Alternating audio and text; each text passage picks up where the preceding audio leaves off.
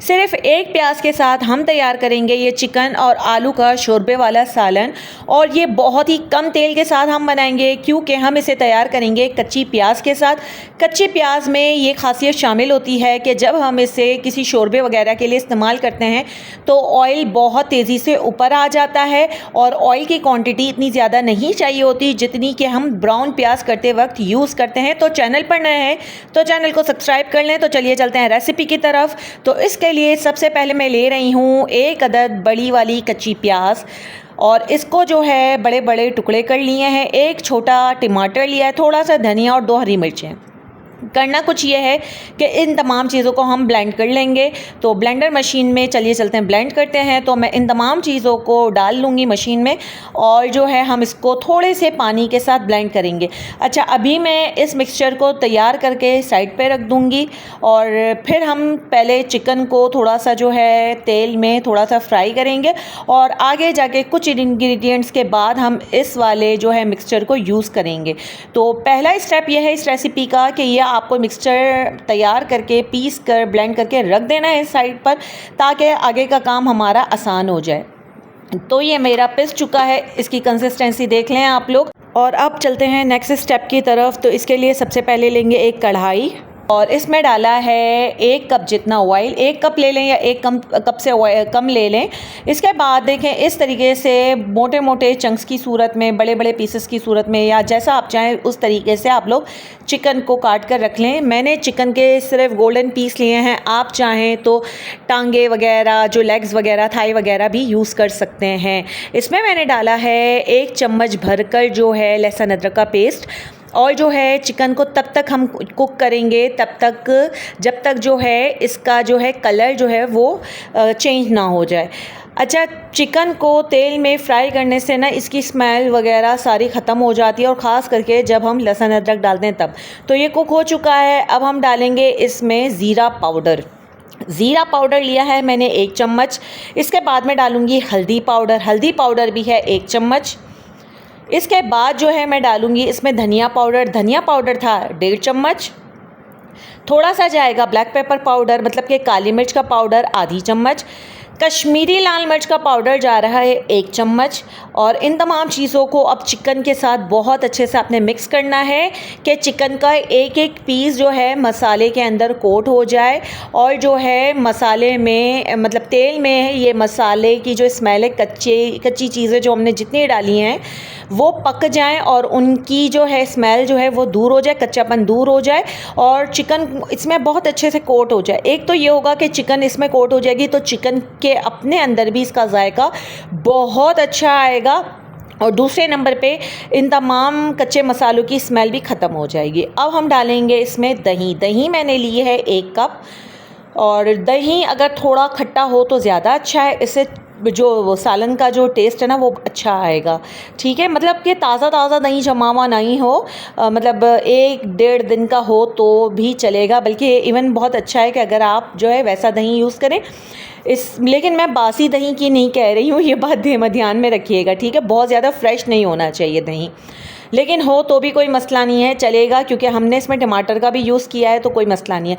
बहरहाल फिर मैंने वो वाला मिक्सचर डाल दिया जो हमने ब्लेंड करके रखा था और अब हम इसको करेंगे अच्छे से मिक्स। इस स्टेज पे देखें ये तो पूरे का पूरा भी कच्चा ही हो गया क्योंकि हमने कच्ची प्याज का यूज़ किया है, तो फ़िक्र की कोई बात नहीं है। अभी हम इसको कुक करेंगे, इसको बहुत अच्छे से चमचा चलाना है। अब हम इसके उबाल आने का वेट करेंगे। इसमें जैसे ही हल्का हल्का उबाल आने लगा तो अब हम इसमें शामिल करेंगे आलू। आलू ऑप्शनल है, आप लोग ना चाहें तो ना शामिल करें, लेकिन जो है चावल वगैरह के साथ चिकन और आलू की ये वाली ग्रेवी बहुत अच्छी लगती है। ऐसे ही भी नान वगैरह के साथ आप लोग सर्व करेंगे तो भी बहुत मज़े की लगती है। चाहें तो आलू ना डालें, आपके ऊपर डिपेंड करता है। ठीक है, इसके बाद इसमें बहुत अच्छे से चमचा चलाएँगे और उबाल आने का अगेन वेट करेंगे। जब देखें इस तरीके से उबाल आने लगा, अब मैं इसमें शामिल कर रही हूँ नमक अपने टेस्ट के अकॉर्डिंग रखा है मैंने, आप लोग भी अपने टेस्ट के अकॉर्डिंग रखिएगा। इसके बाद इसमें अच्छे से चमचा चलाएंगे और जो है थोड़ी देर बाद मैं इसमें ढक दूँगी ढक्कन। आप लोग सोच रहे होंगे मैंने इसको भूना वूना, कुछ नहीं है। तो पहले मैंने लाल मिर्च वगैरह सारी चीज़ें डालकर तो बहुत अच्छे से भून लिया था, लेकिन कच्ची प्याज को बहुत ज़्यादा हम कुक करेंगे ताकि इसकी स्मेल वगैरह जो है सब ख़त्म हो जाए। तो फ़िलहाल अभी मैं इस स्टेज पे बिल्कुल भी नहीं भूनूंगी, बल्कि एक तीर से दो निशाने हमारे लगेंगे। एक तो कच्ची प्याज पक भी जाएगी, दूसरे नंबर पे आलू और चिकन भी 80% गल जाएंगे। तो देखें अब इस स्टेज पे तकरीबन मैंने 20 मिनट ढक्कन ढक के रख दिया था। सारा पानी खुश्क हो चुका है, कच्ची प्याज बहुत अच्छे से पक चुकी है और जो है इसकी स्मेल वगैरह सारी चीज़ें ख़त्म हो चुकी हैं। और अब इसकी करेंगे हम भुनाई, और पूरे का पूरा देखें पानी जो है वो खुश्क हो चुका है। अब इसको जो है इतना भूनना है कि इसका तेल जो है ना ऊपर आने लगे। तो ये देखें, जूम करके दिखाने का मकसद ये है कि ये बिल्कुल तेल ऊपर आ चुका है, मसाला भुन चुका है। और अब हम इसमें जो शामिल करेंगे पानी, तो पानी अब मैं इसमें शामिल करूँगी ताकि जो है अब इसकी जो है शोरबे वाला सालन हमारा जल्दी पक के रेडी हो जाए। अच्छा, अभी जो है हमारे आलू गले हैं तकरीबन 70 to 80%, मीन्स कि हमें 20% और गलाने हैं, इसलिए अब मैं पानी शामिल कर रही हूँ। पानी शामिल करने के बाद बहुत अच्छे से चमचा चलाना है और इसको ढक देना है। अब आप लोगों को दिख रहा होगा कि हल्का हल्का ऑयल आना ऊपर शुरू हो गया है। ये अभी मज़ीद आएगा, क्योंकि जब भी कच्ची प्याज हम पकाते हैं ना तो एकदम से तेल ऊपर नहीं आता, लेकिन जैसे जैसे कच्ची प्याज पक के बिल्कुल पक चुकी होती है, फाइनली पक के रेडी हो चुकी होती है, तो कम्प्लीटली जो है ऑयल ऊपर आ जाता है। तो अब हम थोड़ी देर बाद तकरीबन 8 से 10 मिनट बाद ढक्कन ओपन करेंगे। तो ये देखें फाइनल लुक जो है हमारा तैयार आ रहा है, तैयार हो चुका है। और अब हम चमचा चला के चेक भी करेंगे, लेकिन मैं इसमें जो है ना अभी भी हरी मिर्चें पहले डालूँगी, ताकि हरी मिर्चों का जो है ना इस स्टेज पे फ्लेवर बहुत अच्छा आता है और बहुत रिच फ्लेवर आएगा आप लोगों के सालन का। तो ये गरम गरम में हम डालेंगे और इसको मिक्स करेंगे। अच्छा, ये जो है ना इतनी तीखी नहीं है, इसको खाली खुशबू के लिए मैंने डाला है, ये भी ऑप्शनल है, आप लोग चाहे तो ना डालें, लेकिन इससे ये होता है कि मज़ीद ऑयल जो है ना ऊपर आएगा आप लोगों का। तो इस तरीके से देखिए शोरबे वाला सालन रेडी हो चुका है। मैं इसकी कंसिस्टेंसी भी आप लोगों को चेक करवाती हूँ कि ये कितना बेहतरीन किस्म का हमारा बना है, और एक प्याज के साथ ही मैंने इसको बनाया है। तो इसकी कंसिस्टेंसी आप लोग देख लें। अच्छा, ये अभी मज़ीद गाढ़ा होगा क्योंकि फुल गरम में मैं आप लोगों को दिखा रही हूँ।